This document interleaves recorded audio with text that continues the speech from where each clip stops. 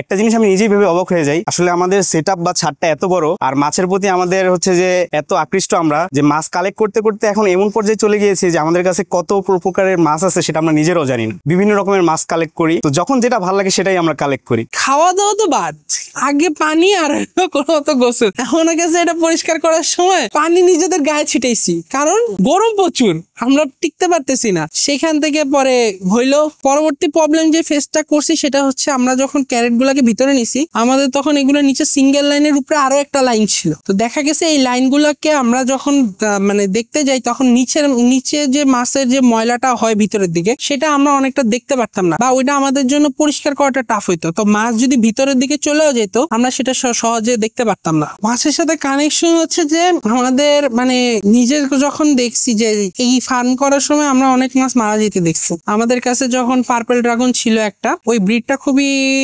অবস্থা মানে ভালোই ছিল, কিন্তু রোগে আক্রান্তর কারণে ওটা পুরোপুরি বিলীন হয়ে গেছে। প্লাস একটা ছিল মুনটেল বেলুন মলি, ওই দুইটা মাছের পুরা ব্রিডটা আমার এক অসুস্থতায় পুরা ওই মাছের দুইটা ক্যারেটের মাছ পুরোপুরি মারা গেছে। তখন ওটা খুবই খারাপ লাগছিল যে কি এমন মিস করতেছি আমরা যে বারবার মাছগুলা মারা যেতেছে। সেখান থেকে আরো ভালো মতো আমরা সবকিছু যাচাই করলাম, দেখলাম। সেখান থেকে যখন মাছ দেখলাম যে দিনে এখন মেইন জিনিস হচ্ছে মাছ পালার ক্ষেত্রে মাছ মরে যাওয়াটা এটা অনেকটা কমন, বাট একাধিক মাছ মরে যাওয়া এটা আসলে কষ্টদায়ক আমাদের জন্য। না, এখানে বিড়াল আসলেও মেইন জিনিসটা হচ্ছে যে আমরা এখানে প্রত্যেকটা ক্যারেটের উপরে ভিতরে তো এইটার ভিতরের যে সেক্টরটা ওইটাতে আমরা হচ্ছে দরজাই লাগাই দিই, তো এখানে বিড়ালটা ঢুকে না। আর বাইরের সেক্টরে পুরো নেট দিয়ে আমরা উপর দিয়ে পুরো নেটটা দিয়ে রাখি। এই নেটের পরে আরেকটা নেট আমরা সুন্দরভাবে আটকাই দিয়ে রাখি, যাতে করে কোনো কিছু পাখি বলেন বা বিড়াল বলেন ওইগুলা সহজে যাতে এখানে আক্রমণ না করে। পাখি বা যে কোনো পশু পাখির ক্ষেত্রে ডিফারেন্ট কালার থাকে, বাট তারপর কিছু কালার মিসিং থাকে। কিন্তু যদি রঙিন মাছের কথা চিন্তা করেন তাহলে সেখানে আপনি সব রকমের কালারের মাছই পাবেন। প্রত্যেকটা কালারই অ্যাভেলেবেল রঙিন মাছের ক্ষেত্রে, সব কালারের মাছই আপনি পাবেন। আমাদের এখানে মনে করেন আপনি প্রায় এখানে 20 জাতের উপরে মাছ আছে, বিভিন্ন রকমের গাপ্পি আছে, প্যারট আছে, চিকলেট আছে। এই মাছগুলো দেখেন আমি যখন এই যে হাত দিয়ে এভাবে নাড়াবো সবগুলো আইসা পড়বে, আস্তে আস্তে আমার হাতের কাছে আইসা পড়বে। মাছগুলো অনেক ফ্রেন্ডলি হয়, যে কোনো মাছই আপনি দেখবেন আমি ক্যারেটে যখন হাত দিব ওরা তখন আমার হাতের কাছে আইসা পড়বে। এটা ওরা বুঝে যে ওদেরকে আমি হয়তো খাবার দিব বা ওদের কাছে আমি আসছি কিছু একটার জন্য, ওদের যেহেতু পরিচর্যা করছি এই কারণে ওরা আমার কাছে আইসা পড়ে। তো যখন মানুষ যখন বাসায় গ্লাসের মধ্যে রাখে তখন এই জিনিসটা আমাদের অনেক কাস্টমার বলছে যে তাদের ডিপ্রেশন দূর হয়ে যায় মাছ দেখার কারণে, অনেকে স্ট্রেস ফ্রি হয়ে যায়।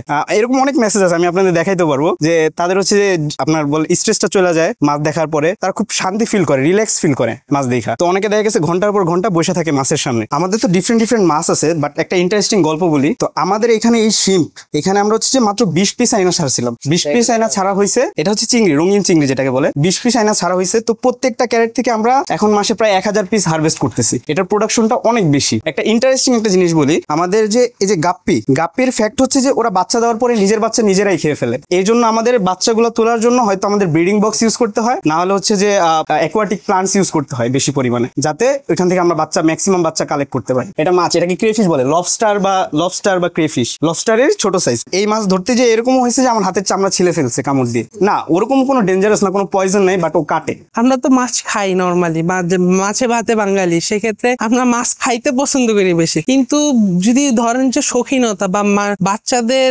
একটা কালার অ্যাট্রাকশনের যদি বলেন যে বাচ্চারা কিন্তু যে কোনো জীবজন্তু বা কিছু একটা নড়াচড়া করতে দেখলে আর সেটা যদি রঙিন হয় সেটার প্রতি কিন্তু তাদের একটা আকর্ষণ থাকে বেশি। প্লাস হচ্ছে যারা শৌখিন মানুষ তারা তাদের বাসাকে আরো সুন্দর করতে গেলেও অনেক টাইপের অ্যাকুরিয়াম দেয়। তো সেখান থেকে আমাদের থিঙ্কিং যে আমিও ছোটবেলায় রঙিন মাছ পালতাম। মাছের সাথে সময় কাটানো বলতে আমি তো অ্যাকুরিয়ামের সামনে বসেই থাকতাম বেশিরভাগ সময়। আলো দিলে যে যখন মানে ওরা যে দৌড়াদৌড়ি করতো তখন তো তাও দেখতে সুন্দর লাগতো। প্লাস হচ্ছে লাইট লাগানো হয়েছিল নীল কালারের, যখন রাতের বেলায় দেখা যেত যে শুধু অ্যাকুরিয়ামের লাইট জ্বালাই দিয়ে রুমের লাইট অফ করে বসে থাকতাম, দেখতে সুন্দরই লাগতো, শান্তি লাগতো।